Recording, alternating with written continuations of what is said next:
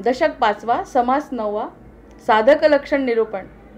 जय जय रघुवीर समर्थ, जय जय रघुवीर समर्थ।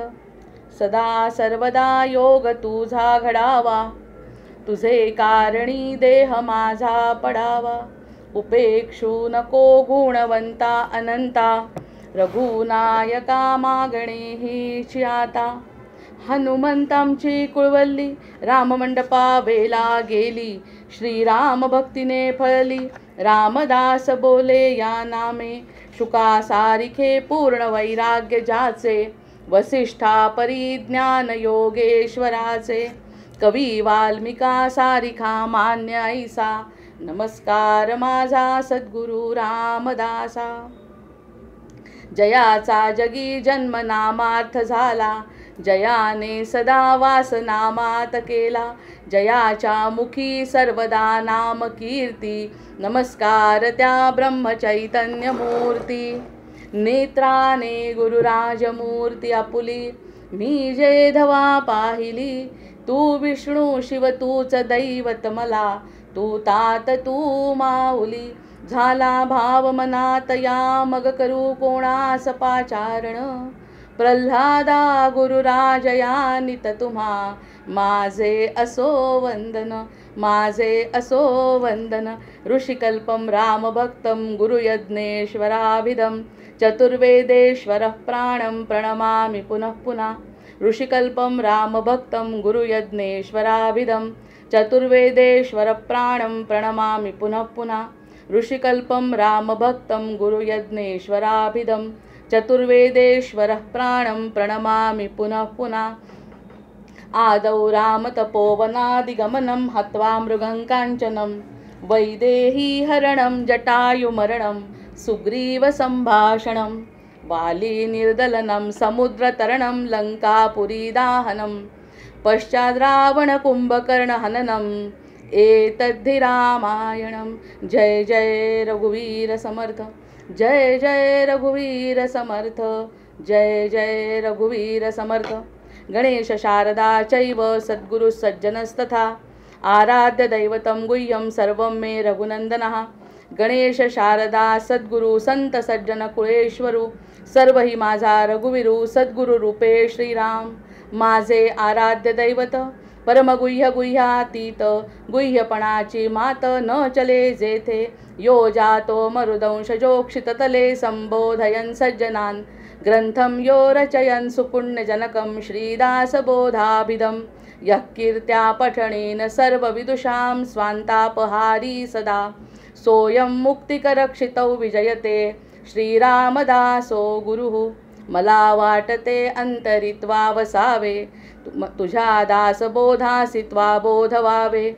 अपत्या परिपाववी प्रेमग्रासा, महाराजया सद्गुरु रामदासा। ब्रह्मानंदं परमसुखदं केवलं ज्ञानमूर्तिं, द्वन्द्वातीतं गगनसदृशं तत्त्वमस्यादिलक्ष्यम्।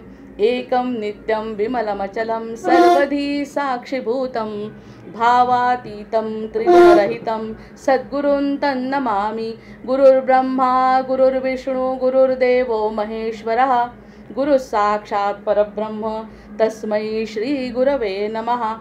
अनेन प्रियतां देवो भगवान् जानकीपतिः, श्रीरामचन्द्र पूर्वेषाम् अस्माकं कुलदैवतं। श्रोता वक्ता श्रीराम समर्थ, जय जय रघुवीर समर्थ, जय जय रघुवीर समर्थ। सगळ्यांना कृष्णाष्टमीच्या खूप खूप मनापासून शुभेच्छा। तो आनंदाचा कंद सगळ्यांच्या हृदयामध्ये प्रगट होवो अशी मी समर्थ रामदास चरणी प्रार्थना करते आणि आजच्या या आपल्या निरूपणाला सुरुवात करते। आपलं हे जे निरूपण आहे, आता हे जे मनन आहे, आताचं जे चिंतन आहे, आताचा जो विचार आहे, तो इतका आनंददायी आहे ना की एक दिवस असा नसतो की ज्या दिवशी आनंद मिळतो असं नसतं। तो क्षण पकडावा लागतो असं जे म्हणतात, तसं ते क्षण पकडणं जर झालं तर प्रत्येक दिवस, प्रत्येक क्षण, प्रत्येक शब्द आपल्याला अनुभवता येतो। आणि तो जो अनुभव आहे ना, तो खरा अनुभव आहे। आणि अनुभव नसेल तर पूर्ण ज्ञान शून्य आहे, आणि अनुभव असेल तर ज्ञान नसणं सुद्धा अगदी बहुमूल्य आहे। ही वचनं सगळ्या संतांची आहेतच। त्यामुळे आपण प्रत्येक क्षणाचा जर अनुभव घेतला आणि प्रत्येक क्षणाचा अनुभव सकारात्मक पद्धतीने घेता आला आणि असं काहीतरी वेगळं जाणवलं पाहिजे की हे जे आहे ते सगळं खरं नाही आहे आणि जे मला काहीतरी शोधायचं आहे ते खरं आहे, अशा एका तत्वावर आणि गुरूंवरती अपार निष्ठा असेल तरच साधक होता येणार आहे. आणि साधक लक्षणं सांगत असताना समर्थांनी कितीतरी वेळा कडक भूमिका घेतली आहे. कितीतरी वेळा आतापर्यंत जे असं डळमळीत हे समजावून सांगतो, ते समजावून सांगतो, ते साधं आहे, हे असं आहे, असं केल्याने होत आहे, हे जेव्हा सांगत होते तेव्हा अचानक एखादा अतिशय मोठा शब्द की त्या शब्दावर आपले जवळपास 20 ते 25 मिनटं विचार मनन चिंतन चालतं. असे शब्द म्हणजे ते शब्द त्यांच्या एका शब्दावर 25 ते 50 शब्द आपले, ज्याच्या मनामध्ये आणखी आपल्या भावना निर्माण झालेल्या आहे, बोलणाऱ्याच्या ऐकणाऱ्याचे सुद्धा हजारो शब्द निर्माण होतील. अशा पद्धतीचा हा जो खेळ आहे, शब्दांचा आणि समर्थांचा खेळ जो चालला आहे, तो खेळ कशासाठी चालला आहे, त्याचा हेतू काय आहे. आणि समर्थांचा हेतू तर स्पष्ट आहे की जनांचं कल्याण करावं, माझ्या भक्तांचं कल्याण करावं, जे माझे भक्त नसतील त्यांचंही कल्याण व्हावं. कारण संत म्हणजे काय की संत म्हणजे सगळ्यांची कल्याण इच्छिणारे, स्वतः कोणत्याही अपेक्षा न करणारे. आज तर आपल्या आनंदाचा जो कंद आहे त्या श्रीकृष्णाचा वाढदिवस आहे. आता तो श्रीकृष्णाचा वाढदिवस जन्म कशासाठी घेतला? जन्म ह्यासाठीच घेतला फक्त त्यांना स्वतःला काहीही करण्याचं नाही गरज, त्यांना कर्तव्य नाही, त्यांना कर्म नाही, त्यांना काही नाही, फक्त भक्तांना दर्शन देणे आणि भक्तांचं कल्याण करणे यासाठी हा पूर्णावतार आहे. मग त्या पूर्णावतारामध्ये ज्यांना ज्यांना त्याचा लाभ झाला ते सगळेजण भाग्यवान आहे. आणि ते जे भाग्य आहे ते अजूनही मिळू शकतं आपल्याला. या सगळ्या गोष्टींवरती स्थिर राहणे, ह्यासाठी आपल्याला हे सगळे कथा पुराण आणि त्या दिवशी जो आनंद आणि त्या दिवशी जे वातावरण आहे, अष्टमी तिथी आणि रोहिणी नक्षत्र हे जे म्हणतात त्या वातावरणामधला बदल, हे सगळं घडतच असतं युगानुयुगांपासून. जसा समुद्र आहे, जसे पर्वत आहे, तसं हे सगळं घडतं आहे. म्हणजे हे समर्थांचे जे वचन आहेत ते सगळे सत्य वचन आहे. म्हणून एक जी आपण पहिल्यांदा शपथ घेतली मनातल्या मनात प्रत्येकाने की सत्यम वद, फक्त सत्य बोलणार आहे. आणि सत्य जर बोलायचं असेल तर ते सत्याला पुढे न्यायचं असेल तर त्या प्रकारचं जीवन, त्या प्रकारचा अनुभव आवश्यक आहे. बिना अनुभवाचं समर्थांनी सांगितलं आहे काहीही अर्थ नाही. माझ्याही शब्दांना किंमत नाही जर माझा तसा अनुभव नसेल तर. म्हणजे बोले तैसा चाले ही वंदावी पावले, ही जी आपलं नेहमीची म्हण आहे ती अनुभवाच्या बाबतीत पारमार्थिक अनुभवासाठी सुद्धा आवश्यक आहे. ज्याला अनुभव आहे त्याच्या वागण्यातून, देहबोलीतून, त्यांच्या जीवनातून आणि इतरत्र पसरलेल्या ठिकाणांमधून सुद्धा जिथे जिथे त्याचा संबंध येतो त्या सगळ्या ठिकाणी आणि सतत मुख्य म्हणजे दिसला पाहिजे. एक दिवस दिसून चालणार नाही. 1 महिन्यापूर्वी ती व्यक्ती तशी होती, ती 1 महिन्यानंतर सुद्धा तशीच राहायला पाहिजे, 1 वर्षानंतर सुद्धा तशीच राहायला पाहिजे, अगदी मरेपर्यंत ती तशी राहायला पाहिजे. तर ते सातत्य आणि तो अनुभव खरा असं म्हणता येईल. म्हणून यांना ब्रह्मलीन आणि ब्रह्मनिष्ठ म्हणतात. मग अशा प्रकारचा अनुभव या लोकांजवळ आहे हे निश्चित आहे. यावरती मती स्थिर झाली. ह्या मती स्थिर झाल्यावर अशा प्रकारची जमीन, सुपीक अशी जमीन जेव्हा तयार होते तेव्हा त्यांच्या शब्दांचा अनुभव आपण घेऊ शकतो. माझं म्हणणं निरूपणावरही भर नाही, शब्दांवरही भर नाही, फक्त अनुभवावरती भर द्यायचा इच्छा. आणि तो अनुभव जो आपण दिवसभर घेतो तोच बोलायचा आणि उद्या काय घ्यायचा यावरती स्थिर व्हायचं. ह्या गोष्टीला क्षण पकडणे म्हणतात. मग तो क्षण पकडण्यासाठी बाकीचे अडथळे मला नाकारले पाहिजे. प्रत्येक अडथळा, माझ्या आनंदामध्ये येणारा अडथळा मला नाकारता आला पाहिजे. मला कृष्ण जर दिसत असेल तर फक्त कृष्णच दिसला पाहिजे, त्याचं हास्य दिसलं पाहिजे, त्याचे डोळे दिसले पाहिजे, त्याचं जीवन दिसलं पाहिजे, त्याचा संघर्ष दिसला पाहिजे आणि संघर्षातून सुद्धा तो कसा स्थिर होता हे दिसलं पाहिजे. हे जर माझ्या मनाने आणि माझ्या डोळ्यांना सांगितलं बुद्धीनी तर मी साधक झाली असं म्हणतात. हे सगळं जर तुझं ऐकू लागलं तर समर्थ म्हणतात तो साधक आहे. आपली 21 ओवी झाली तर 21वी ओवी पुन्हा त्याचंच निरूपण पुन्हा सुरू झाल्यासारखं झालं आहे. स्वानुभवाचे नि योगे, योग आहे हा. आता योग हा दुसऱ्याही अर्थाने वापरू शकतो. योग म्हणजे काय? मला त्याच्याशी जोडणं. आणि जोडायचं असेल ना तर जोडण्यासाठी शरणागती आवश्यक आहे. कारण काय आहे? जोडण्यासाठी शरणागती आवश्यक आहे याचं कारण काय आहे? कारण तो मोठा आहे, कारण तो सर्वज्ञ आहे, तो सर्वांचा पिता आहे. हे जर सगळं मानलं आणि आता मला माझं बाकीचं महत्त्वाचं न वाटता तू महत्त्वाचा वाटतो हे जेव्हा मला वाटलं तर ह्याच्यातून माझं मन काढणं आणि त्याच्याशी जोडणं हा गीतेमध्ये सुद्धा योगच सांगितलेला आहे की मला ह्या सगळ्या याच्यातून मुक्त होऊन मुक्त होऊन म्हणजे कर्मातून नाही, कोणत्याही परिस्थितीतून नाही, पण मला मुक्त होणे म्हणजे याचा काहीही संबंध माझ्या मनाला न वाटणे आणि माझा पूर्ण हृदय आणि मन फक्त तुझा विचार करणे, हा योग आहे आणि हा स्वानुभव आहे. हा स्वानुभव असल्याशिवाय समर्थ म्हणतात याला मान्यता नाही. मग मान्यता कशी मिळेल? जर त्या व्यक्तीमध्ये तसा फरक पडत असेल तर. आणि जो एका क्षणाचा फरक पडला, तो फरक पडणारा व्यक्ती समर्थांच्या दृष्टीने स्वानुभवाचे योग आहे. कठीण गोष्टी आहेत. आपण जे चाललोय नवल घडावे गे माय, याकडेच चाललोय आपण. त्यामुळे नवल जर जीवनामध्ये घडत असेल, जे आत्तापर्यंत घडलं तेच घडत नसेल तरच नवल घडलं म्हणायला पाहिजे ना. अन्यथा जे आपण करतोय तेच जर करत गेलो तर त्याला योग साधला असं म्हणता येणार नाही. योग साधणे थोडीशी मानसिक क्रिया आहे आणि हृदयाचं ऐकल्यावर जे मन तयार होतं त्याला मानसिक क्रियेला आपण योग म्हणतो. आणि तो योग कोणता आहे? स्वानुभवाचा. स्वानुभवाचा योग आहे. असा योग वस्तू साधी लागवेगे, हे कालचंच निरूपण आहे. ह्यामुळे ती वस्तू साधल्या जाते, त्या वस्तूपर्यंत आपण पोचतो. उदाहरणार्थ, जर आपण मनानेच एखाद्या गोष्टीचा विचार केला आणि खूप मन त्या ठिकाणी लावलं ना, तर खरंच ती व्यक्ती प्रगट होते, आपल्या घरी येते. अरे, मला तुझी आठवण आली, मला तुझं पत्र मिळायचे. आमच्या वेळेस पत्र मिळायचे. आपण जेव्हा लहान होतो तेव्हा पत्र असायचे सगळ्यांचे, तर ते पत्र नेमकं त्यांचं त्यावेळीच यायचं जेव्हा आपण आठवण काढतो. मग या सगळ्या गोष्टी कशा घडतात? मग या सांसारिक जीवनामध्ये जर तशा आपण अनुभव प्रत्येक गोष्टीचे घेतले. मागच्या वेळेस म्हटलं ना की आपण आनंद जे घेतो तो आनंद आपण प्रत्येक गोष्टीने सातत्याने 12 वर्ष एखादं काम केलं तर आनंद मिळतो, ह्याचा आनंद आपण घेतला आहे.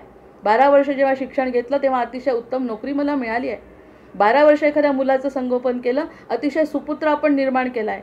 आपण 12 वर्ष मुलांना शिकवलं तर अतिशय चांगली मुलं आपण तयार केलेली आहे. हे फळ आपल्याला मिळालं आहे. तसा अनुभव जर आपल्याला या ठिकाणी घेत असेल तर ती वस्तू समोर उभी राहते. हा अनुभव आपण पण घेतला आहे की अरे, मी मनात आणलं आणि अगदी तू समोर उभा राहिला. मी मनात आणलं आणि या ठिकाणी मला ॲडमिशन मिळाली. हे असं घडलं आहे. मग ह्या सगळ्या गोष्टी. आणि इंग्लिशमध्ये एक म्हण आहे, universe response and listens and response too. Universe ऐकतो आणि रिस्पॉन्ससुद्धा देतो. म्हणून कधी कधी म्हणतात घरामध्ये तुम्हाला वाटेल तसं नका बोलू, कारण प्रत्येकी वास्तू तथास्तू म्हणत असतो. ह्या सगळ्या संकल्पना आपल्या आहेतच. मग हा अनुभव जर आपण घेतला, आपण जे बोललं ते घडतं आहे. कधी कधी घडत नाही, तो भाग वेगळा, तो प्रारब्धाचा भाग आहे. कधी कधी आपण जे घडतो, 15 वर्षापूर्वी मला असं वाटत होतं खरंच की माझं शिक्षण झालं नाही, मला संगीत येत नाही, मला संगीताची उपासना करता आली नाही. हे मनातलं शल्य. कदाचित आपली मुलगी, माझा अनुभव सांगते, मुलगी संगीताची विशारद आहे. म्हणजे माझं राहिलेलं काम ती पूर्ण करते आहे ना. मनातली जी शंका असते मनात, अरे आपलं हे काम राहून गेलं, युनिवर्स ऐकतो आणि ऐकल्यानंतर आपल्याला त्याचं फळ देतो. कधी देत नाही, तो प्रारब्धाचा भाग आहे. मग हा जो आहे वस्तू साधी लागवेगे, मग हा अनुभव आपण जर संसारात घेतला आहे तर परमार्थात घेतला आहे असेच लोक आपल्याला सांगतायत ना. ज्यांनी घेतला नाहीत असे ढोंगी लोक नाही सांगत आहे. आपल्या हातात तर कोणता ग्रंथ पडलाय, जगी धन्य तो दास सर्वोत्तमाचा, देव मस्तकी धरावा, अवघा हलकल्लोळ करावा, उलट माझा आनंद सगळीकडे पसरवा, असा सांगणारे सद्गुरू आपल्याला भेटले आहेत. त्याच्यामुळे ती वस्तू साधल्या जाते. ह्यावरती आता विश्वास संसाराच्या उदाहरणांनी सुद्धा आपण ठेवू शकतो. मग त्याच्या मागे किती कष्ट केले, तसे केले का आपण? रात्रंदिवस मुलीचं लग्न, रात्रंदिवस माझं शिक्षण, रात्रंदिवस माझी नोकरी, किती ध्यास घेतला? 1% तरी ध्यास आपण देवाच्या संदर्भात घेतो का?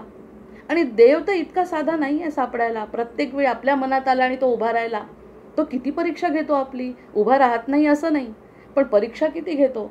आणि त्या परीक्षेत जेव्हा जो पास होतो त्याला स्वतः घरी येऊन स्वतःचं दर्शन देतो. हा अनुभव कथन करणारे लोक आपल्याजवळ आहे. त्यामुळे ती वस्तू साधी लागवेगे, काल जे बोलली त्याच्यावरचंच निरूपण असून सुद्धा तितकंच गोड आहे. कारण आता ही जी अनंत हरिकथा अनंता, तर ते शब्दसुद्धा अनंत आहे. एक बिंदू मिळाला, त्या बिंदूवर असंख्य रेषा आपण काढू शकतो.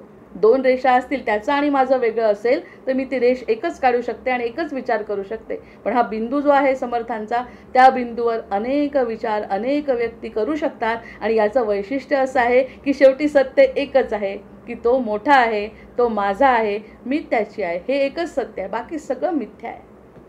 मग आता ही वस्तू साधी लागवेगे असं जे म्हणतात त्याच्यावरती माझा हा जोर देऊन बोलण्याचा प्रयत्न म्हणजे अनुभव घेण्याची तळमळ आहे मला. फक्त यावा तो अनुभव मला सुद्धा आलाय असं म्हणू शकत नाही.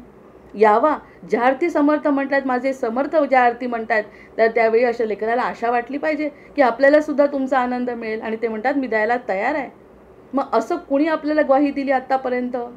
आपणच त्याला मन लावलंय की ह्याच्यातून मला आनंद मिळेल. त्यांनी म्हटलं नाही मी तुम्हाला देतो म्हणून. इथे समर्थ स्वतः सांगतायत मी तुम्हाला रामापर्यंत पोहोचवतो. असं सांगणारे समर्थ या ठिकाणी वाङ्मयाच्या दृष्टीने स्वतः समर्थ उभे राहतात आणि आपल्याशी बोलतात. किती आनंद होतो या 1 तासात सुद्धा. 1 तासात म्हणजे फक्त माझ्या संदर्भात नाही, जेव्हा जेव्हा आपण अनंताचा विचार करतो, जेव्हा जेव्हा आपण विष्णूंचा विचार करतो, तेव्हा तेव्हा आनंद होतोच आहे. मग हे सगळं वस्तू साधी लागा वेगे यावरचं हे निरूपण आहे की जर संसारात ती वस्तू मिळू शकते आणि नाही मिळाल्यावर मी बोलत नाही. नाही मिळाल्याची गोष्ट कशी आहे याच्याचा संदर्भ चुकतो. मग नाही मिळाली हे आपलं प्रारब्ध आहे. श्रीकृष्णांनाही बऱ्याच गोष्टी मिळाल्या नाही, रामांनाही बऱ्याच गोष्टी मिळाल्या नाही. मग ह्या सगळ्या गोष्टींचा नकारात्मक विचार नाही, फक्त सकारात्मक विचार करूनच गोपीगीतामध्ये गोपींना कृष्णांच्या सोबत राहता येत आहे. अन्यथा नकारात्मक करणारे साधकच नाहीत. जे नकारात्मक विचार करतात ते कृष्णापर्यंत पोहोचूच शकत नाहीत. पण जे पोहोचले आहेत त्यांना फक्त एक आणि एकच सकारात्मक विचार करावा लागणार, ही अट आहे. या ठिकाणी छोट्या छोट्या गोष्टींना किंमत नाही. मग वस्तू साधी लागावेगे त्याची वस्तू होय अंगे. आणखी एक महत्त्वाची गोष्ट, ती वस्तू अंगी बांधल्या जाते. असं आत्तापर्यंतचं कोणतं सुख होतं आपलं आत्मपरीक्षण? असं कोणतं सुख होतं की अंगी बांधल्या गेलं? मी म्हटलं माझं एक चिटोरं मिळालं मेरिटचं.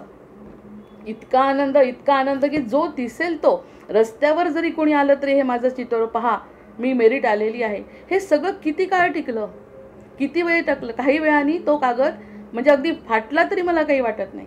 याचं कारण त्याच्यामध्ये सुख नव्हतंच. त्यामध्ये काही काळापुरतं सुख होतं. काही काळापुरतं मला अगदी वाटत होतं की ह्याला किंमत आहे. लहानपणचं मूल आपलं बघतो, त्या लहानपणचं मूल किती दिवस लहान राहतं, ते मोठं होतं. सगळं मोठं झाल्यानंतर लहानपणीचं सुख त्याचं आपल्या मनातलं निघून जातं. लहानपणच्या नुसत्या आठवणी राहतात. मग या सगळ्या गोष्टींचा जर विचार केला तर त्यांनी त्याची वस्तू होय अंगे. इथे उलट होत आहे परमार्थामध्ये. या ठिकाणी आपण ज्याचा विचार करतोय ती वस्तू आपण होतो, त्या वस्तूमध्ये आपण विलीन होतो. उदाहरणार्थ आता या नद्या एवढी तळमळ करून खाली येतात, इतक्या गंगोत्रीपासून आली आहे आपल्या गंगासागरापर्यंत जेव्हा ती येते, इतकी तळमळ, किती खडतर तपश्चर्या, किती खडक फोडले. काल तर एक मोठा मॅप बघितला, त्याकडे नद्या कशा खडक फोडतात ह्याचाच मॅप पाहिला. किती ती तळमळ एवढ्या मोठ्या जडजीवाला, जड गोष्टीला फोडून फोडून फोडून खाली येते. आणि त्यातली नुसती येत नाही. आपण तरी कष्ट करतो संसाराचे आणि संसार करत करत जगतो, पण ते करत असताना परोपकारही करते. जिथे ती नदी असेल तिथे सुपीक परदेश, गँजेटिक रिजन इतका सुपीक आहे. जिथे जिथे गंगा जाते तिथे तिथे सुपीकता, जिथे जिथे गंगा नाही तिथे नापिकी. मग हे सगळं करत करत स्वतःचे कष्ट करत करत येते खाली. येते कशासाठी? आपल्या सागरासाठी, अनंतासाठीच येते ना. मग खाली आल्यानंतर जेव्हा ती विलीन होते, सगळं स्पष्ट उदाहरणं दिसायला लागले डोळ्यांनी. आता खाली आली, विलीन झाली. विलीन झाल्याबरोबर सागररूप झाली. जय जय रघुवीर समर्थ. स्वतःचं असं अस्तित्वच नाही राहिलं. आणि अस्तित्व नाही राहिलं म्हणून वाईट झालं का? ज्या ठिकाणी गंगासागराचं मिलन होतं तिथे सुद्धा लोक पूजेला जातात. आणि त्यानंतर ती मिसळली, गंगाची सागर झाली, तर सागराची तर पूजा आहेच. म्हणजे सागरामध्ये मिसळून जाण्यासाठी इतक्यावरून गंगोत्रीचा उगमापासून कष्ट करत करत फोडत फोडत इतरांना परोपकार करत करत नदी खाली येते आणि समुद्रामध्ये मिळते. मिळाल्याचा आनंद आहे. दोघंही एकरूप होतात. गंगा आणि समुद्र वेगळा राहत नाही. त्या मिठाच्या माऊलीचं ज्ञानेश्वर माऊलींनी किती सुंदर उदाहरण दिलं आहे. मला माझे वडील पाहायचे, मला माझे वडील पाहायचे, मला माझे वडील पाहायचे. एकीला तर आशाच नसते. 2 बहिणींमध्ये एकीला आशा असते मला वडील पाहिजे, म्हणजे एक अज्ञानी आहे आणि एक जरा भक्त साधक जीव आहे. तर ती म्हणते मला वडील बघायचे, तर चला जाऊ समुद्र किनाऱ्यावर जाऊ. समुद्राचंच उदाहरण, अनंतासाठी समुद्राचंच उदाहरण आहे. तिथे गेल्यावरती ती म्हणे मला वडिलांना पाहायचे, फार आस आहे. कुणाची आहे मी? उडी मारल्यावर कुठे राहिली ती बाहुली? समुद्रामध्ये मीठ मिरून गेलं. आणि नंतर ही ओरडत बसली, अगं काय सापडलं तुला? वडील दिसले का? ती म्हणे वडील वगैरे असं काही नसतं, मीच वडील आहे. कारण मी कुठे आहे त्यांच्यामध्ये मला माहिती नाही. मग अशी अवस्था होते. हे याचे वेगवेगळे अनुभव सांगतात. आणि सद्गुरूसुद्धा तसेच होतात. सद्गुरूसुद्धा रामाचेच होऊन जातात. आणि राममय झाल्यामुळे त्यांच्यामध्ये सगळे उत्तम गुण त्यांच्यामध्ये होतात. त्यामुळे त्यांच्यामध्ये कोणत्याही प्रकारची आशंका, कमतरता, मर्यादा राहत नाही. मग असं जर ते होते, त्याची वस्तू होय अंगे. यासाठी हे उदाहरण आहे की ती वस्तू जी आपण मागतोय ती आपण होतोय. आत्तापर्यंत जी वस्तू मागितली ती वस्तू भिन्नच राहिली आपल्यापासून. आणि भिन्न राहिली, कमी कमी होत गेली. आपल्या जीवनातून तिचं अस्तित्व कमी कमी होत गेलं आणि आपलंही त्या गोष्टीच्या जीवनातून अस्तित्व कमी कमी वर्धमान जे जे चाले मार्ग रे क्षयाचा, पराधीन आहे जगती पुत्र मानवाचा, दोष ना कुणाचा. कोणाचा दोष नाही या जगामध्ये. हे शिकवण्यासाठीच तर जीवन मिळालं आहे. मग आपण ज्याचे आहोत कल्पना करू, एक मिनिट फक्त एक कल्पना करू. आपण ज्याचे आहोत त्याचे सगळे गुण माझ्यामध्ये आहेत, थोड्या प्रमाणात का होईना सगळे गुण माझ्यामध्ये आहे. आणि तो आणि मी वेगळा नाही, मी आणि तो वेगळा नाही, आणि मी त्याच्यासारखी होते अशी जर मी कल्पना केली तर मी किती मोठी आहे असं साधकाला जर वाटायला लागलं, किती मोठं आहे आपण, की त्याची मुलगी. आत्तापर्यंत आपण स्वतःला फार कमी लेखत होतो. म्हणून त्याविषयी एक उदाहरण सांगितलं. एखाद्या मुलीला जर म्हटलं की तू निर्बुद्ध आहे, एखाद्या निर्बुद्ध तरी थोडा एक वेळ समजून घेतील, पण तू कुरूप आहे असं जर म्हटलं आणि हिणवलं तर तिला वाईट का वाटतं? तिला माहिती असतं की मी कुरूप आहे. आरशात बघत नाही का ती की मी कुरूप आहे, मी काळी आहे, माझं नाक असं आहे, माझी उंची कमी आहे, माझे केस मोठे आहेत, ह्या सगळ्या गोष्टी तिला दिसतात. पण मानते का ती? कारण तिचा आतला अंश तिला सांगतो ना की मी तशी नाही आहे. हे कुठेतरी आत बिंबवूनच पाठवलं आहे आपल्या ईश्वरांनी आपल्याला, की तू कमी लेखायचं नाही, तुझ्यामध्ये जे आहे त्याच्यामध्ये वाढ कर, आणि तू आणि मी काही वेगळा नाही असं जेव्हा तिला कळतं तेव्हा तिचा स्वतःचा स्वाभिमान जागृत होतो. आणि मी कोण आहे हे ओळखलं की झालं. एकदा मी कोण आहे, मी त्याची आहे म्हटल्यावर बाकीच्या सगळ्या मर्यादा गळून पडतात. अमर्याद जीव बनतो, जशी गंगा सागराच्या मध्ये विलीन होते. अशा प्रकारचं जर समर्थांचं वाक्य खरं असेल, आहेच म्हणजे खरं असेल तर आता या ठिकाणी शंका नाही. आपण सुरुवातीला जेव्हा केलं, सुरुवातीची जी ओवी आहे त्यामध्ये त्यांनी कोणते होती ती ओवी? आत्मबुद्धी वस्तू अद्वैत साधने. संतजनी आश्वासिला त्यांनी तिसऱ्याच ओवीमध्ये म्हटलंय, संतजनी आश्वासिला मग तो साधक बोलिला ग्रंथांतरी श्रीराम. त्यांनी म्हटलं संत रचनांवरती विश्वास. म्हणजे शिकवतायत खूप, पण शिकवत असतात छोट्या अटी असतात, त्या मोठ्या असतात त्या अटी.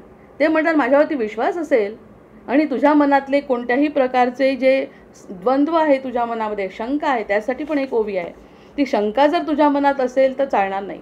निशंक मनाने मला तू भजलं पाहिजे. निशंक मनाने तू माझ्यापर्यंत शरण आली ना तर माझं सगळं तुझं आहे असं तर वडिलांनी पण म्हणायला पाहिजे संसारामध्ये. जर तू माझं ऐकलं तर मी तुला देतो, जर माझं ऐकलं नाही, सगळी मुलं ऐकतील की जर तू माझं ऐकलं तरच मी तुला माझी काही संपत्ती आणि माझं ज्ञान देईन असं जर वडिलांनी म्हटलं तर मुलाला शरण जाणं भाग आहे.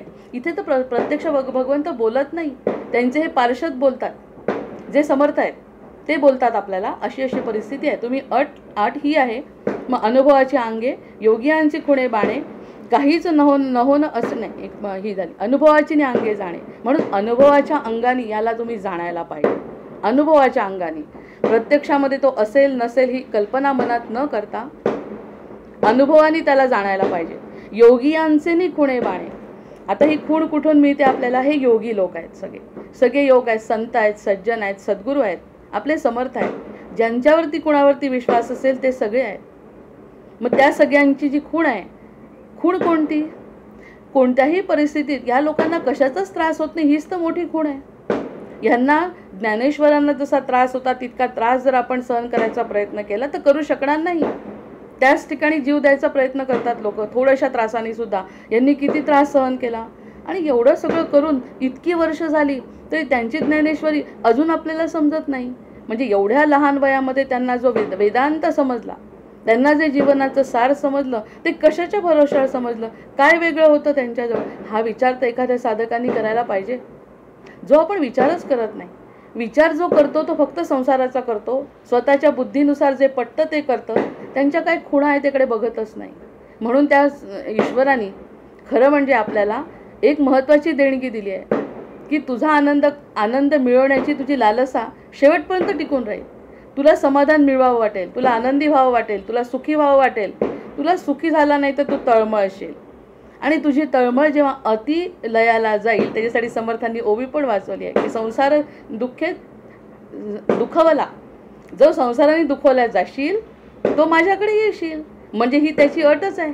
मग त्यांनी म्हटलं योग्याची खुणे बाणे. मग तरी कमीत कमी मग ते योगी का खुश होते, मग ते योगी का शांत आहेत, मग ते योगी का समाधानी आहेत? मग त्याकडे वळला. मग त्यांनाही दुःख आहे. तुकाराम महाराजांचं घर उडून गेलं, जळून गेलं, तरी ते त्याच्याकडे बघत राहिले. एवढा मोठा अग्नी पेटला तरी बघत राहिले, त्यांच्या मनावर काहीच परिणाम झाला नाही. कशाला आपले राम? उद्या अभिषेक होणार आहे, राज्याभिषेक, आणि सकाळी सकाळी त्यांना वनवासाला जायचं आहे, तरी स्थिर आहे. मग स्थिरता आहे कशात? वनवासात दुःख आहे की सिंहासनामध्ये सुख आहे? कशातच नाही आहे. वनवासात गेले तरी दुःख नाही, सिंहासनावर बसले तरी सुख नाही. ही खूण जी आहे ती कळली पाहिजे ना साधकाला, की प्रत्येक चरित्रातून काहीतरी तर मिळत असेल वैशिष्ट्य, की त्या वैशिष्ट्याने ते मोठे होत आहेत. राम राम का झाले, सद्गुरू सद्गुरू का झाले, संत संत का असतात, त्यांच्यामध्ये इतरांपेक्षा वेगळं काय असतं, ती खूण तर समजायला पाहिजे. आणि ती खूण समजण्याची बुद्धी आपल्याला निश्चितच दिली आहे. म्हणूनच आपण त्याचा अंश आहोत. आपण त्याचा अंश कशाच्या भरोशावर आहे? कारण आपण त्याचा शोध घेण्याचा प्रयत्न करतो. आणि त्यांनी वेदांमध्ये आणि पुराणांमध्ये लिहून ठेवलं आहे की माझ्याशिवाय तुम्हाला कुठेही सुख मिळणार नाही, ही पहिली गोष्ट. आणि तुम्हाला जन्माला घातलं म्हणजे तुम्हाला सुख मिळणार हे निश्चित. फक्त प्रयत्न तुमचा पाहिजे. या जन्मी नाही, पुढच्या जन्मी मिळेल, पुढच्या जन्मी नाही, त्याच्या जन्मी मिळेल. तुम्ही ठरवा. आता चांगला मानव जन्म, एवढे सगळे शब्द हातात पडले, मग एवढे सगळे संत तुमच्या आजूबाजूला आहे, एवढी सगळी परिस्थिती आहे, आता पुन्हा जन्म घ्यायचा का? त्यापेक्षा याच जन्मामध्ये सगळं सार्थक करा आणि आपल्या भगवंताला ओळखा. आणि भगवंत ओळखत असताना म्हणतो मी तुमच्यापेक्षा वेगळा नाही, म्हणजे ओळखा कोणाला? स्वतःला ओळखा. मग ह्यामध्येच तर सगळा वेदांत ठरलेला आहे की मला ओळखण्यासाठी मला इतका त्रास, आणि ज्याच्यासाठी तळमळ चालली आहे सद्गुरूंची. ह्या सगळ्या ज्या खुणा आहेत त्या खुणा जर समजल्या नाहीत अजूनच, पण विचार जरी केला, अच्छा असं आहे का, मग आत्तापर्यंत 12 वर्षाचा त्रास आपण संसारासाठी काढला, आत्तापर्यंतचा 12 वर्ष माझं आयुष्य गेलं, आणि या ठिकाणी म्हणतात आहे तुमच्या तब्येतीचा परिणाम नाही, तुमच्या परिस्थितीचा परिणाम नाही, तुमच्या कोणत्याही गोष्टीचा परिणाम नाही होत, मी त्याच क्षणी तुम्हाला प्राप्त होऊ शकतो. फक्त साधकत्व मनात पाहिजे. म्हणजे देवाची आहे द्वारी उभा क्षणभरी, एक क्षण उभं राहायचं आहे. तुमच्या शरीराची किंमत नाही, तुमच्या पैशाची किंमत नाही, तुमच्या परिस्थितीची किंमत नाही, कशाचीच त्यामध्ये अडथळा येणार नाही. संतांसारखं जीवन जर तुम्ही जगू शकले, निर्विकार होणं, कोणत्याही अपेक्षा कोणाकडून न करणं, आणि स्वतःमध्ये स्थिर होणं, आणि स्वतःचे सगळे चांगले गुण भगवंताचे आहेत, जे काही चांगलं आहे ते सगळं भगवंतांनी दिलेलं आहे, जे काही वाईट आहे त्याकडे माझा संबंध नाही, अशा नकारात्मक दृष्टीने विचार न करता फक्त सकारात्मक विचार केला तर आणि तरच ती योगियांची खूण आपल्याला समजली असं म्हणायला हरकत नाही. जय जय रघुवीर समर्थ. ही योगियांची खूण आहे. योगियांची खूण म्हणजे त्यांची स्थिरता, योगियांची खूण म्हणजे त्यांचा आनंद, योगियांची खूण म्हणजे त्यांचं समाधान. आणि नुसतं एवढंच नाही, तर योगियांची खूण म्हणजे परोपकार, योगियांची खूण म्हणजे दयाळू, क्षमाशीलता. पृथ्वीपासून क्षमाशीलता शिकावी. एक जण तरी तिला राग आला पृथ्वीला, तिने जर एक जरी भेग आपल्या घराला दिली तर 14 मजल्यांचा बंगला पडू शकतो, पण तरी ती क्षमाशील आहे, ती आपल्या चुका पदरी घेते. ह्या सगळ्या गोष्टी जर दिसायला लागल्या डोळ्यांनी तर मग समजतं म्हणून योगी स्थिर आहेत का, त्यांना कशानेच काही परिणाम होत नाही. मग त्यांना जे सुख मिळालं ते मला मिळालं पाहिजे. आता ही तर एक मनाला आस्था वाटली पाहिजे, एक तळमळ वाटली पाहिजे. दिसतंय मला ते सुखी आहे, ते सुखी आहेत, मला काय संबंध आहे त्याच्याशी, असं जर आपण म्हटलं तर त्यापासून आपण दूर जाणार आहे. प्रश्न साधकत्वाचा असल्यामुळे या सगळ्या गोष्टी कळल्या तुम्हाला. आता निदान आता तरी त्यांचं सुख आपल्याला मिळावं. आणि त्यांनी तर असं सांगितलं आहे की माझं सुखच नाही, मीच तुमचा होतो, आणि तुम्ही माझ्या पायावर आले की मी तुम्हाला माझ्याजवळ ठेवत नाही, मी माझ्या आराध्य दैवताजवळ सोडून देतो. जय जय रघुवीर समर्थ. कारण मला माझी स्वतःची किंमत नाही, म्हणून तर ते सद्गुरू आहेत. अन्यथा ते सद्गुरू कसे? जर त्यांनी स्वतःजवळ ठेवून घेतलं तर ते सद्गुरू कसे?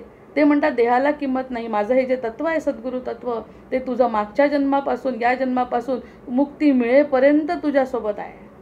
एका देहाला काय किंमत द्यायची? इतके जे ब्रह्मनिष्ठ सद्गुरू आपल्यासोबत असतील तर त्यांच्याकडे कोणत्या दृष्टीने बघितलं पाहिजे? बघितलं तरी नेत्राने गुरुराजमूर्ती आपुली, मी जे दवा पाहिली, तू विष्णू शिव तूच दैवत मला, तू तात तू माऊली, झाला भाव मनात या मग करू कोणास पाचारण, प्रल्हादा गुरुराजया नित तुम्हा माझे असो वंदन. असं म्हणत असताना नुसतंच तू विष्णू तू शिव दैवत मला असं म्हणत गेलो मनानी, पण कधी कधी शब्द वापरून वापरून वापरून माहिती ते आवडायला लागतात. पुन्हा पुन्हा ते शब्द वापरल्याने सुद्धा त्याचा परिणाम होतो आणि ते आवडायला लागतात. आवडल्यानंतर ते पटायला लागतं आपोआपच. कोणत्याही गोष्टी करण्याची आपल्याला वेगळी गरज पडत नाही. म्हणून हे म्हणतात की भजन करा. मग असं जे म्हटलं, अनुभवाची अंगे बाणे, योग्यांची खुणे बाणे, काहीच न होणं असणे. काहीच नसून असतं, काहीच नाही तिथे. प्रत्यक्षात काय? आता इतक्या वेळ आपण बोलतोय, प्रत्यक्षामध्ये समर्थांना पटवूनच सांगायचं आहे ते की आपण इतकं बोलतोय ज्याबद्दल ते प्रत्यक्षात दिसणारं काहीच नाही आहे. मग ते दिसणारं नाही म्हणून तर प्रश्न आहे ना सगळा. साधक कशासाठी व्हायचं आहे? सर्वसाधारण गोष्ट दिसणारी आहे. मला 1 किलो पेढे आणायचे आहेत, माझ्याजवळ पैसे आहेत आणि पैसे घेऊन मी दुकानात जाऊ शकते, दुकानातून पेढे आणू शकते आणि ते पेढे खाऊ पण शकते. मग हे सगळं दिसतंय आनंदाचा स्रोत की पैसा आहे, पेढे आहे, मी खाऊ शकते. हे सगळं दिसतंय. पेढ्यातून मिळणारा आनंद आहे, हे सगळं स्पष्ट दिसणार आहे. या सगळ्या गोष्टी, मी पैसे खर्च केले, मी परदेशात जाऊ शकते, मी या सगळ्या गोष्टी करू शकते कारण ते मला त्याचं तात्काळ फळ मिळत आहे या गोष्टीचं. पण काहीच न होणं असणे, काहीच नाही आणि आहे. मग हा जो मोठा विरोधाभास आहे ना तो संपवायचा आहे. त्यांच्याजवळ काय आहे जेव्हा दिसतं ना तेव्हा नसणं असणं असतं आणि असणं नसणं असतं, हेच त्यांना सांगायचं आहे. मग आधी पहिल्या दिवशी म्हटलं असतं माया खोटी आहे तर पटलं नसतं. त्या माया खोटी असण्यापेक्षा ते गोड आहेत, ह्याकडे दृष्टी केली पाहिजे. त्याला विवेक म्हटलाय समर्थांनी की ह्या सगळ्या गोष्टी खाली आहेतच, त्यातही आनंद आहे, कोण नाही म्हणतं. आज आपल्याला 1-2 भजनं म्हणायची आहेत कारण आज ना गोकुळाष्टमी असल्यामुळे 2 भजन म्हणणारे सगळं संपल्यावर. तर ते आहेत ना, ते आहेत म्हटल्यानंतर मग त्यांनी आहे म्हटलं ना, ते सुखात आहेत ना, ते समाधानात आणि ते वेगळे आहेत. मुख्य म्हणजे ते का बरं वेगळे आहेत संत? कारण ते आमच्यासारखे नाही आहेत. आमच्याकडे कधी येताना कोणाला वाटेल ही रागवली तर नसेल, कसं बोलायचं, काय बोलायचं, असं सद्गुरूंजवळ कधीच कसं वाटत नाही. क्रोधावर विजय मिळवलाय, रागावर विजय, म्हणजे सगळ्या षड्रिपूंवर विजय मिळवलेले हे लोक आपल्यासोबत असताना मग ते सांगतायत. त्यांनी स्वतःचं आयुष्य त्यासाठी खर्च केल्यावर तर एखादी गोष्ट सांगत असतील आपल्या कल्याणासाठी तर ती नसूनही आहे असं मानणे म्हणजे हा योग आहे. मग या नाव साधक श्रीराम. एकच ओवी झाली आता. अनुभवाची अंगे जाणे, योग्यांची खुणे बाणे, काहीच न होणं असणे, या नाव साधक श्रीराम. परती सारून उपाधी, सगळ्यात मोठं काम आहे. नाव रूप परती साधून उपाधी.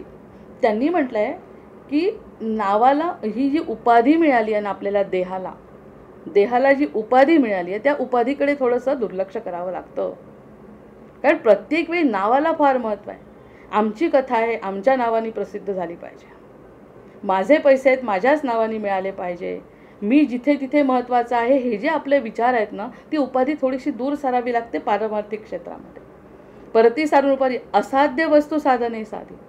जी असाध्य गोष्ट आहे ती साधायची आहे. ती साधन कोणतं आहे? त्याचं साधन हृदय आहे.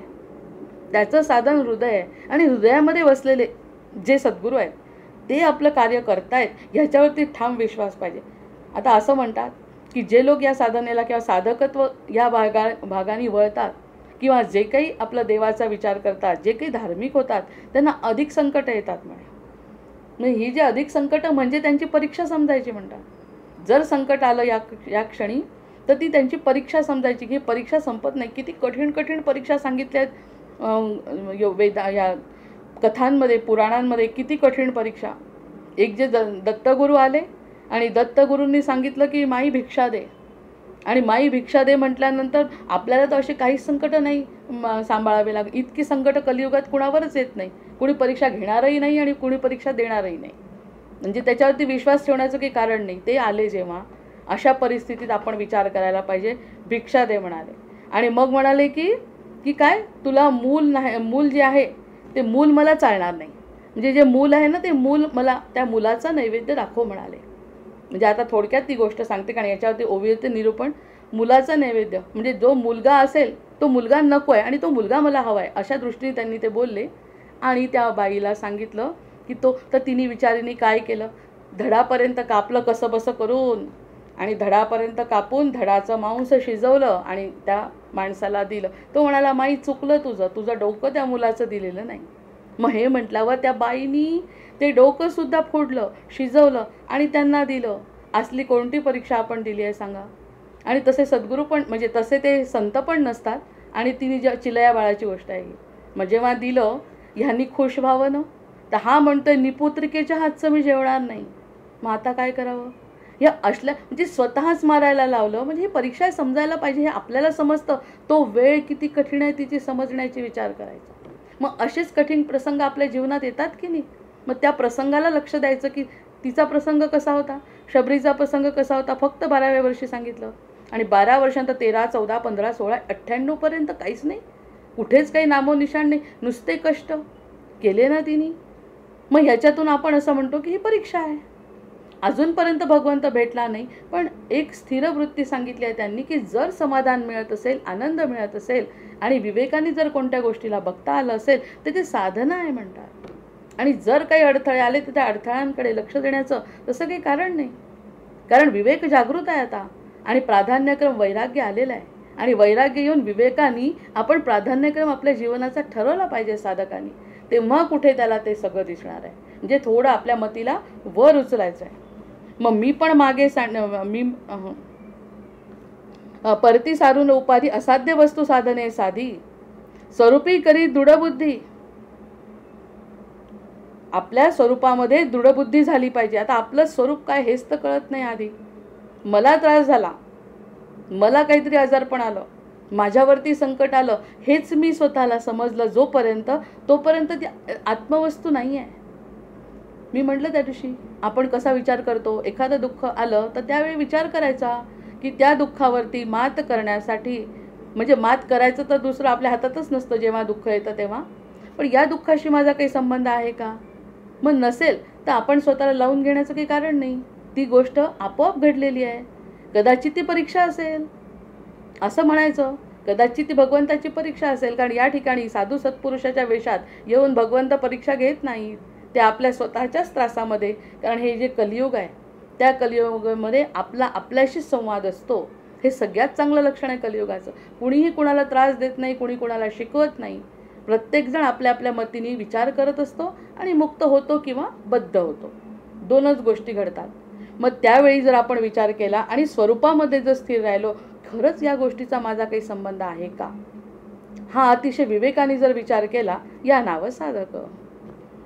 आणि या नावाने संगीताताईंच्या प्रश्नाला उत्तर देते, या नावं साधक. नंतर परती साधून उपाधी असाध्य हा देवाभक्ताचे मूळ. मी आता काय बोलली की देव आणि भक्ताचं मूळ शोधून काढावं. त्यांच्या वडिलांनी संन्यास घेतला आणि त्यांच्या वडिलांना सांगितलं, ज्ञानेश्वरांच्या आईवडिलांना, की तुम्ही संन्यास घ्यायचा नाही. हा त्यांना मुळातच संन्यास घ्यायचा होता. त्यांची स्वतःची इच्छाच तशी होती. पण प्रारब्ध पुढे कुणाचं काय चालतं आहे. आणि त्यांनी संन्यास घ्यायचा नाही. आणि ते जेव्हा गेले संन्यास घ्यायला, त्या लोकांनी दिला नाही. काही दिवस संन्यास पुन्हा आले संसारामध्ये. आता त्या गुरूंनीच सांगितलेलं काम केल्यावरही त्यांना काय कमी कष्ट झाले. त्यांना स्वतःला किती कष्ट, मी तर डोळ्यात पाणी येतं त्यांची जर आपण जर त्यांचं चरित्र ऐकलं तर. मग काय देवाभक्ताचं मूळ जा म्हणतात, जाणा. आपल्याशी संबंध लावा, आपल्या दुःखाशी आणि आपल्या सुखाशी. आपण जे सुख भोगतो त्याची आपली पात्रता आहे का. आपण जे सध्या सुख भोगतोय कलियुगामध्ये तेवढी तरी पात्रता आपली आहे का. आपण काय विशेष केलं आहे त्यासाठी. आणि जे दुःख भोगतोय त्यासाठी सुद्धा आपली पात्रता नाही असं समजायचं. मग त्यांनी संन्यास घेतलेल्यांची मुलं, संन्याशांनी त्यांनी गृहस्थाश्रम स्वीकारला. यामध्ये या मुलांचा काय दोष. उलट कल्याणाकरता आलेली मुलं आहेत ती. पण हे त्यांना थोडी कळत होतं त्यावेळी. मुलांना किती त्रास झाला ह्याच्यावरती तर विचार करणार. म्हणजे बोललं तरी राग येईल. जसं सावरकरांचा सिनेमा पाहताना रडायला येतं, आपण पडद्याकडे बघूच शकत नाही, तसं यांचं चरित्र वाचूच शकत नाही. आमच्या महाराजांना 8 दिवस रामाची मूर्ती हरवली तर 8 दिवस अन्न पाणी नाही. अन्न पाणी फक्त हवा, जीवन जगायचं आहे म्हणून हवा घ्यायचं आहे, म्हणजे श्वासोश्वास आहे म्हणून. बाकी कोणत्याही प्रकारची कर्म त्यांनी केली नाही. 8 दिवस 10 दिवस किती कडक परीक्षा घेतली रामांनी. त्यानंतर म्हणे एकादशी आली, त्यानंतर द्वादशी. म्हणजे मिळाल्यानंतर सुद्धा 3 दिवसांनी एकादशी, द्वादशी, त्रयोदशीचं व्रत करून म्हणे त्यांनी ती मोकळं केलं. त्यांचं जे काय होतं ते अन्निक सुरू केले. म्हणजे हे इतकं 15-15 दिवस, 16-16 दिवस आपण बघितलेलं लोकांनी केलं आहे. मग देवाभक्ताचे मूळ आपण काय करतो त्याच्यापैकी. फक्त थोडासा शरीराला त्रास, फक्त थोडासा मनाला त्रास. या सगळ्या त्रासातून आपण काही त्रास असतात जे सहन होत नाहीत असे त्रास, मग त्याच्यावरती तर पूर्ण लक्षणं लिहिली आहेत समर्थांनी. आदिदैविक आदिभौतिक त्रास कसे असतात आपण म्हणतो, पण दुःखसुद्धा आपणच ओढवलेलं असतं म्हणतात समर्थ. आपण जे दुःख भोगतो ते सुद्धा आपण आत्ता जरी नाही तरी आपण कधी ना कधी त्याला ओढलंय. जसं सुख काही कारण नसताना एवढं मोठं शिक्षण, एवढा मोठा पैसा, एवढं सगळं समाज मिळतो, ते सुद्धा आपण ओढलेलंच आहे कुठेतरी. म्हणजे जे आपण करतो ओढतोस युनिवर्समधून तेच आपल्याला मिळतं, म्हणून तर आपला जन्म झाला आहे. अन्यथा जन्माचं काही कारणच नाही. माझ्या वासना तशा होत्या म्हणूनच मला तसा जन्म झाला. उलट त्यांचं काम किती मोठं आहे, प्रत्येक गोष्टीकडे लक्ष ठेवतात आपल्या ते. मग हे सगळं कळल्यामध्ये देवाभक्ताचं मूळ जर मी शोधून काढलं, म्हणजे रामांचं काय, कृष्णाचं काय, सगळं चरित्र वाचून काढलं, संतांचं चरित्र वाचून काढलं. कशाला? आपल्या घरातले मोठे लोक जरी शोधले आपण, की कसे जगले आपले लोक, आपण त्या मानाने कसं जगतो ह्याचा जरी विचार केला तरी. आता साधा माझ्या नातीने सुभाषचंद्र बोसांचं ते नुसतं कपडे घातले तर भरून भरून येत होतं सगळ्यांना, डोळे भरून भरून सगळ्यांना, किती छान हा सुभाषचंद्रांचा ड्रेस घालून ती कामाला जाते, म्हणजे ती नाटकात काम करते आहे. आणि प्रत्यक्ष तिच्या पणजोबांनी सुभाषचंद्रांच्या हातून सत्कार स्वीकारलाय. किती रडत असतील तिचे वडील, की काय आमचं कुळ आहे, ज्या कुळामध्ये सुभाषचंद्रांनी आम्हाला सत्कार केला आहे त्या कुळामध्ये फक्त ड्रेस घालून मुलगी जाते आहे, त्याचं सुद्धा कौतुक आहे. मग ह्या ठिकाणी किती करून ठेवलं आहे त्यांनी. मग हे सगळं करून ठेवलेलं, मग त्यांचं मूळ जर शोधलं तर आपण काहीच नाही त्या मानाने. ही दृष्टी, ही वृत्ती, हे मन तयार होणं म्हणजे साधक आहे. घराघरामध्ये असे प्रसंग घडतात. आपण स्वतःचं जेव्हा कौतुक करतो तेव्हा सगळे मोठे जण सांगतात, अगं ह्याच्यामध्ये जो मोठा आहे ना त्याच्याकडे बघ, ह्यामध्ये हे काम करणाऱ्यापेक्षा मोठा जो आहे त्याच्याकडे बघ, म्हणजे तुला तुझे कमतरता जाणवतील, अन्यथा तू स्वतःला अहंकारातच नेशील. मग मूळ शोधल्याशिवाय कोणतीच गोष्ट सिद्ध होत नाही. आपण आपल्यावरती लक्ष केंद्रित करतो, देहावरती, आपल्या बुद्धीवरती विचार करतो. ते म्हणतात देवाभक्ताचं मूळ शोधा, शोधून पाहे सकळ. आणि आपल्याला एखादी गोष्ट करायची ना, सकळ शोधून पाहायची, पूर्ण तिथपर्यंत जायचं, मुळापर्यंत, खोलपर्यंत जायचं, आणि मग साध्याची होय तात्काळ. आणि एकदा का तिथे खाली गेलो, आलंच ना लक्षात की अरे ते आजोबा कुठे, आपण कुठे, त्या मानाने ह्यांनी जर एवढा आनंद मिळतोय तर त्यांना काय झाली असेल, त्रास कसे घेतले असतील, कष्ट कसे घेतले असतील, हे सगळं कळल्यावर आपण आपोआपच नतमस्तक होणार आहे त्या व्यक्तीसमोर. मग ह्यांनी जी कडक परीक्षा दिली सद्गुरूंनी, ह्यांनी समर्थांनी जे कार्य केलं ते करत असताना जे त्यांना त्रास झाले, त्यांना रामदर्शन काय फुकट झालं का? त्यांचे काय कष्ट असतील, त्यांना रामदर्शन झालं हे जेव्हा पाहिलं ते तत्काळ लक्षात आलं. आणि मग या नावं साधक. मग बाकी स्वतःचं असं देहबुद्धी राहत नाही, देहबुद्धी राहत नाही. आणि म्हणूनच आपली शरणागती सिद्ध होते. आणि शरणागती करण्यासाठी त्याला म्हटलंय समर्थांनी साधक. म्हणजे आपण कोणतेही क्षेत्र निवडलं तर त्या क्षेत्रामध्ये काहीतरी अटी असतातच, काहीतरी मार्गदर्शक तत्व असतातच, काही काही नियम असतातच. ह्या नियमांच्या द्वारे जर आपण गेलो तरच तिथपर्यंत पोहोचतो, अन्यथा आपण त्या ठिकाणी पोहोचू शकत नाही.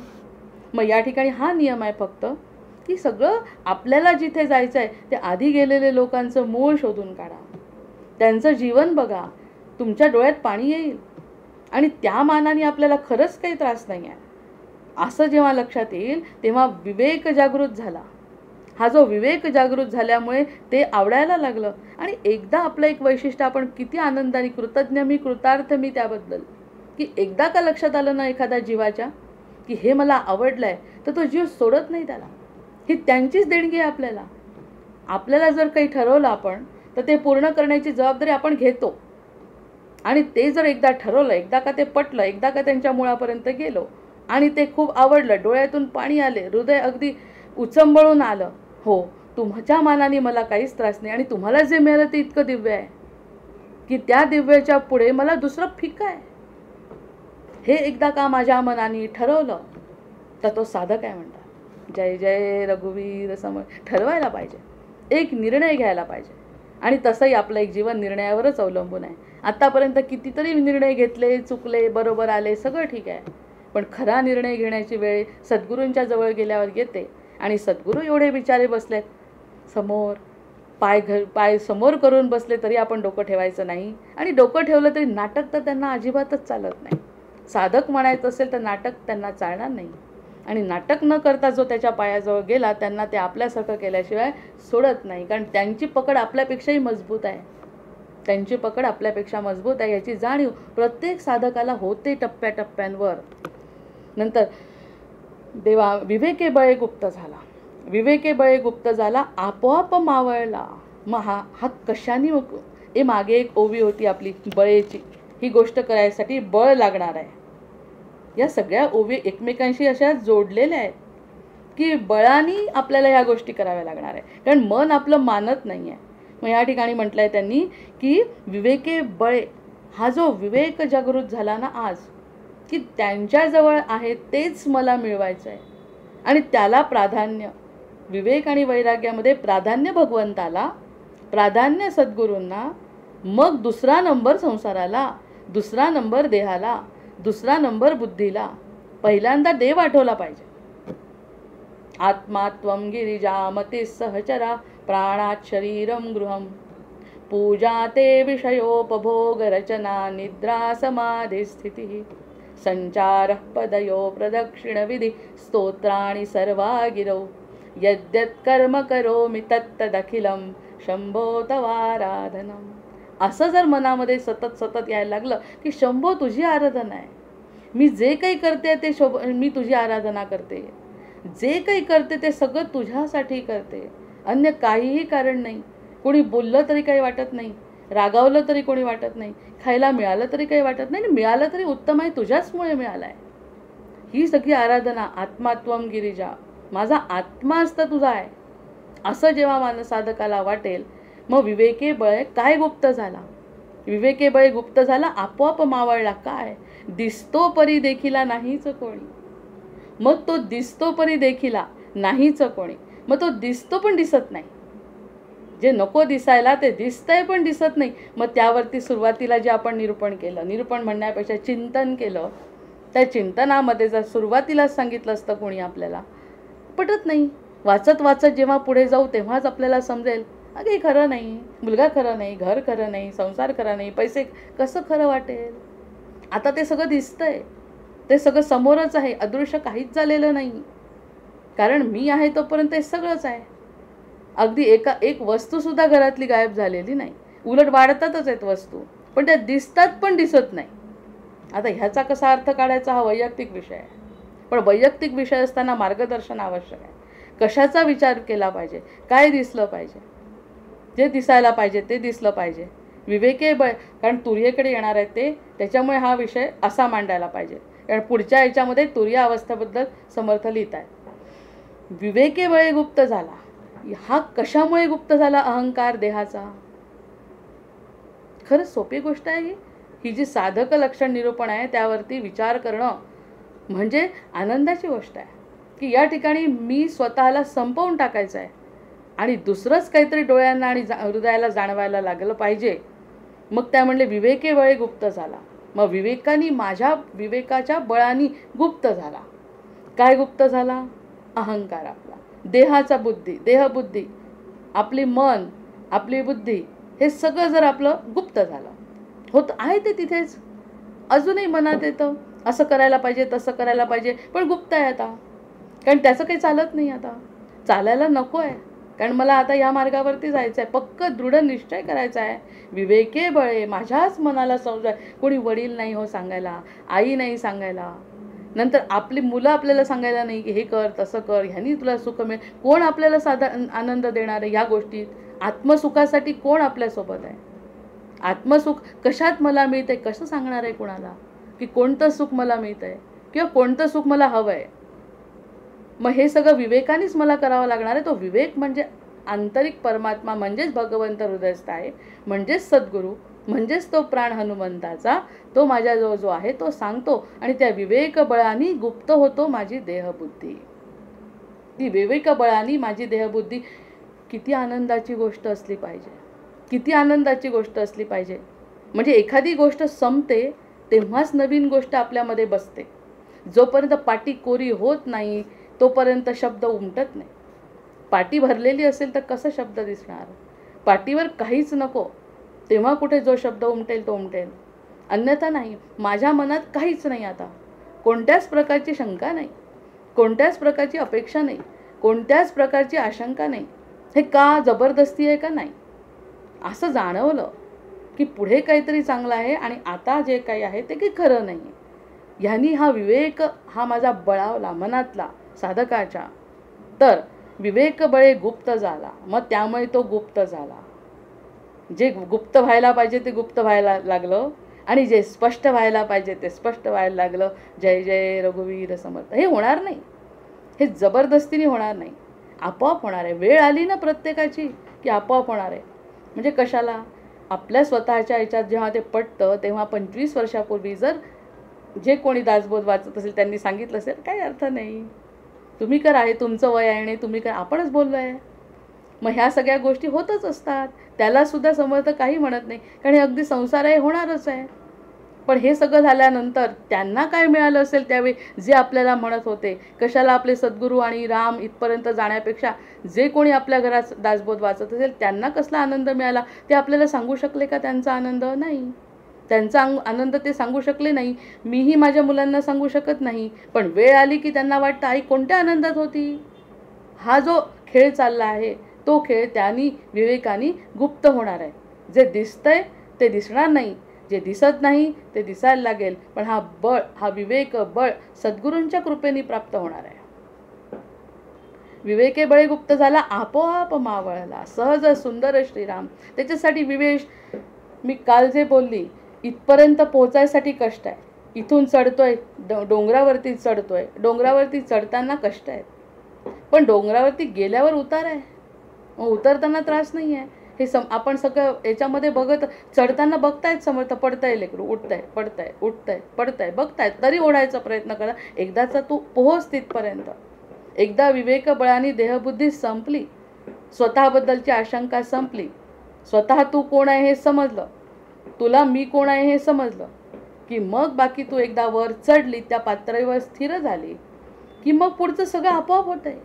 आपोआप उतरतो की नाही आपण डोंगरावरून, तसं डोंगरावरून आपोआप उतरू. मग कोणता त्रास होणार आहे उतरताना?